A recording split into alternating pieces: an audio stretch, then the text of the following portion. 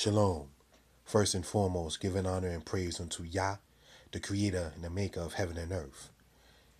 Want to take this time out now for a clarification issue.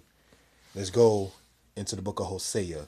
We're going to go to Hosea chapter 13, verse 1 through 5, so that way we can gain some understanding.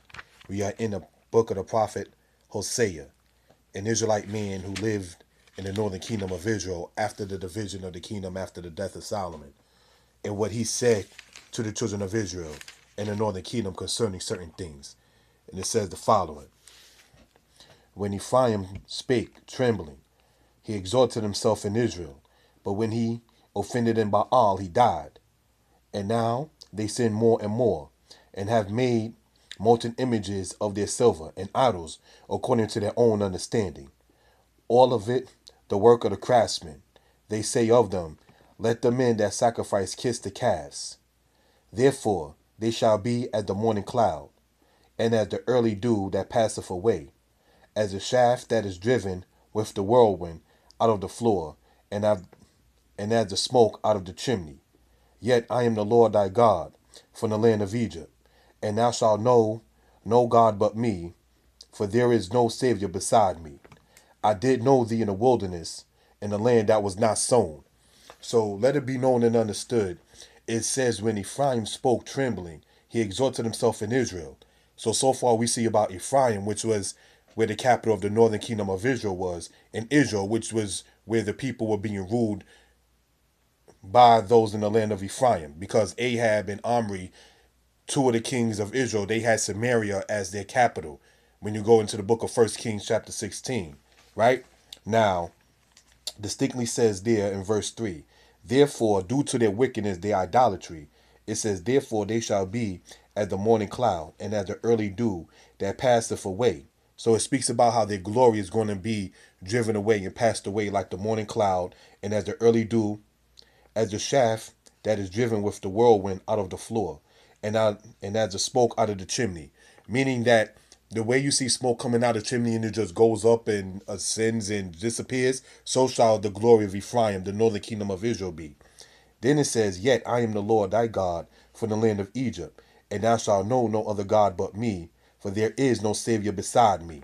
So what's being stated right there, some brothers and sisters take that to mean that the Bible is saying that the Most High is saying that he's a God out of Egypt. That's not what it says. So let that be known and understood. You have to understand the content and the context in who was the speaker, why the statement was being said, and who was being spoken to. All of that has to be understood and explained.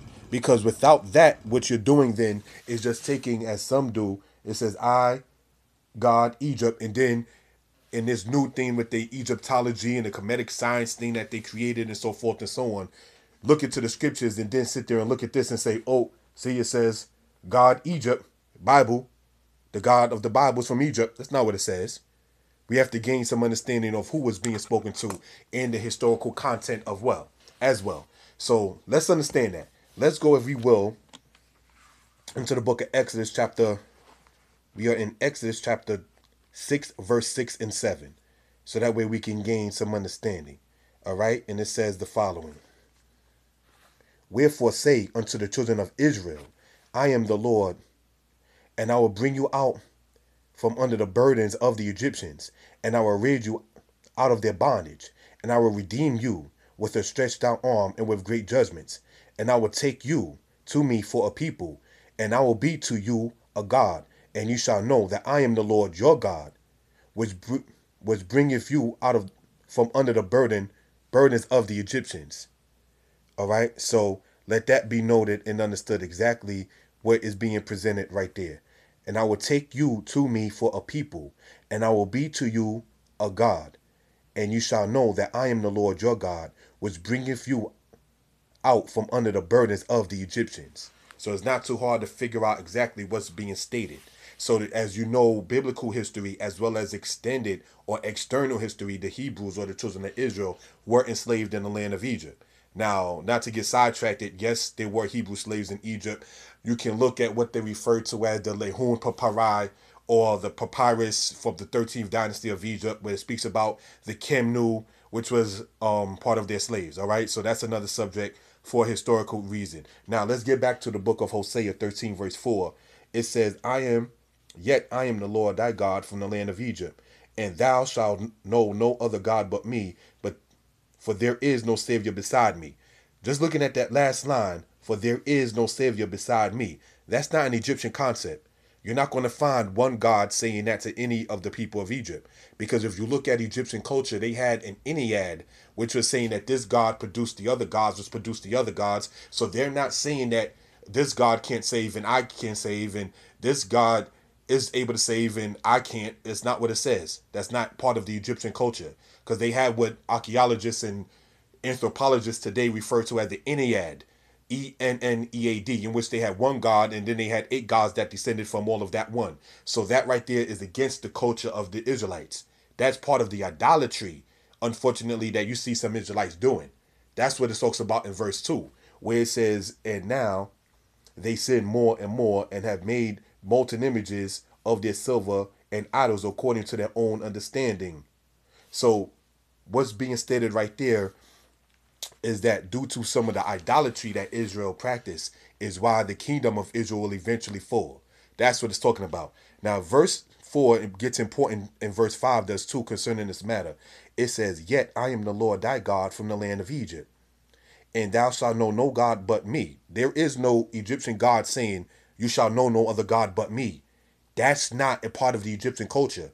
Now, who's the God of Israel? Yah, Yod-Heh-Wah-Heh, the Most High, said by many as Yahweh or as Yahuwah or as Yahweh and so forth and so on. Said by some as Yahweh, said by some as Yahweh.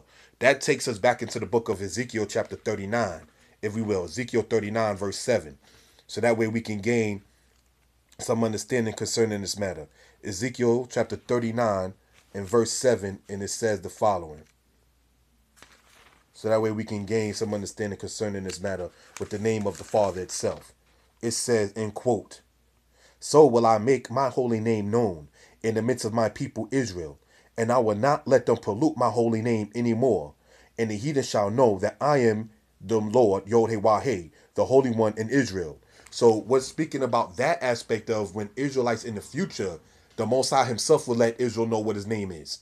So that's not going to come from a brother or a sister or a YouTube video or a book with some ISBN number in the back of it talking about this people did this in Europe and this people did that in Africa. The Most High himself is saying that he's going to let Israel know what his name is. You understand?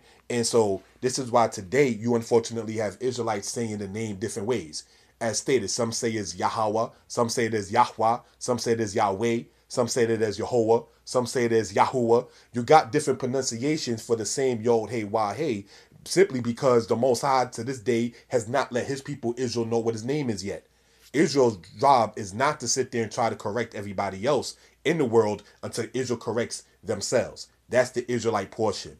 All right. So let that be known and understood. Now, getting back into this subject right here in the book of Hosea, chapter 13, verse 4 and 5.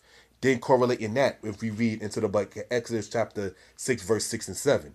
Yet I am the Lord thy God from the land of Egypt, and thou shalt know no other God but me, for there is no Savior beside me. I did know thee in the wilderness, in a land of great drought. So let's go back here. Exodus chapter 6, verse 7. And I will take you to me for a people, and I will be to you a God, and you shall know that I am the Lord your God. What it says there, getting back into verse 4, and you shall know no other God but me, for there is no Savior beside me. Right? Now going back into Exodus, it says this, what? And you shall know that I am the Lord your God. The Most High in Exodus is speaking in the future tense. You shall know that the Most High, he is God when he brings you out of the land of Egypt, right? Which bringeth thee from under the burdens of the Egyptians. God in Hebrew is said as the word Elohim. Elohim means powers. So the power of Israel is saying that he will be their Elohim. He will be to them an Elohim, a power, when he brings them from under the burden of the Egyptians. You understand? Now let's see when that came about. If we will, let's go into Numbers chapter 15, verse 40 and verse 41. So that way we can gain some understanding. Numbers 15, verse 40 and 41 says, that ye may remember and do all my commandments and be holy unto your God. That's what people don't want to do, to keep the law, statutes, and the commandments. So they'll go into all kinds of other ideologies. I am the Lord your God, which brought thee out of the land of Egypt to be your God. I am the Lord your God. It says what? He brought Israel out of the land of Egypt from under the burden of the Egyptians to be their God. Lihiyot lakem lelohim. To be to you a God. To be a God unto you. To be a power unto you. The purpose in him bringing Israel out of Egypt is so that way he can proclaim to be the God of Israel. You understand? Then it says, I am the Lord your God, which brought you out of the land of Egypt to be your God. I am the Lord your God. That's in Numbers chapter 15, verse 41. This is after the Exodus. So when it says going back into Exodus chapter 6, verse 6 and 7, it says that Israel will know that the Most High, that the Lord their God is their God. That's what's being stated. Now let's go, if we will, into Exodus chapter 15, which is right after the actual Exodus of them leaving out of the land of Egypt, right? If you go into Exodus 15, it says, verse 6, Thy right hand, O Yah, is become glorious in power. Thy right hand, O Yah, have dashed in pieces the enemy. Right? So it says in verse 11, Who is like unto thee, O Yah, among the gods? And who is like unto thee, glorious in holiness, feared in praises, doing wonders? That stretches out thy right hand, and the earth swallowed them. Thou and thy mercy have led the people which thou hast redeemed, and hast guided them in thy strength unto thy holy habitation. So one of the things to let it be known and understood is that the Israelites were proclaiming that that the Most High Yah is their God. You understand? So let that be known and understood. So getting back into the book of Hosea chapter 13 verse 4, it says, Yet I am the Lord thy God from the land of Egypt, meaning that he proclaimed himself as the God of Israel while they were in the land of Egypt, and he became that actual God to the Israelites by bringing them out of the land of Egypt. Because there is no Egyptian God named Yod-Heh-Wah-Heh or the YHWH. That's not an Egyptian God. And there is no Egyptian God bringing the people out of Egypt in deliverance. You understand? Now, even if you go into a secular reference in the book of Joshua, it says that when Moses went before the Pharaoh and spoke in the name of Yod-Heh-Wah-Heh, that the Pharaoh in there said, we don't know who this God is that you're speaking about. And that the Egyptians looked inside of the Egyptian records for the God that Moses was talking about and was not able to find it inside their own records. So that just goes to show you historically, when they start to talk about Shasu, the Egyptian term meaning those who move on foot, in Yahweh of the Shasu, or as they say, YHW of the Shasu, of Amenhotep III of the 18th dynasty, not getting sidetracked from the portion and so forth and so on. But that right there just goes to show you that those who move on foot, the God of the people who move on foot, the Israelites were part of those people called the Shasu. You understand? So let that be noted and understood. So one of the other things to point out, brothers and sisters, is that the Most High, YHWH, Yod-Heh-Wah-Heh, was actually in that same, what they call the Temple of Soleb or the Temple of West Amara, was actually disrespected by the Egyptians. The Egyptians did not respect the God of Israel after the Israelites left out of the land of Egypt. Neither did the Egyptians know of the God of Israel prior to them leaving out of the land of Egypt. You understand? So that has to be noted and understood. You got to know what exactly, who was speaking, who was being spoken to, and why the particular thing was being said. All of that comes into fruition. You understand? Hosea chapter 13 verse 4, as well as in now Hosea chapter 12 verse 9. Let's read. And it says, And I, that I am the Lord thy God, from the land of Egypt will make thee to dwell in tabernacles as in the day of the solemn feast. But you have these so-called brothers and sisters into Kemet, this and that and the third, not realizing what is the solemn feast, what is tabernacles talking about. All they see is God in Egypt. And unfortunately, they not understanding Hosea was an Israelite prophet talking to the Israelites. One more time, it says what? And I that am the Lord thy God from the land of Egypt will make thee to dwell in tabernacles. So ask these brothers and sisters into the Kemetic understanding, are they willing before the Most High to dwell in tabernacles? Because you're not going to find what they call the Feast of Tabernacles inside of an Egyptian culture.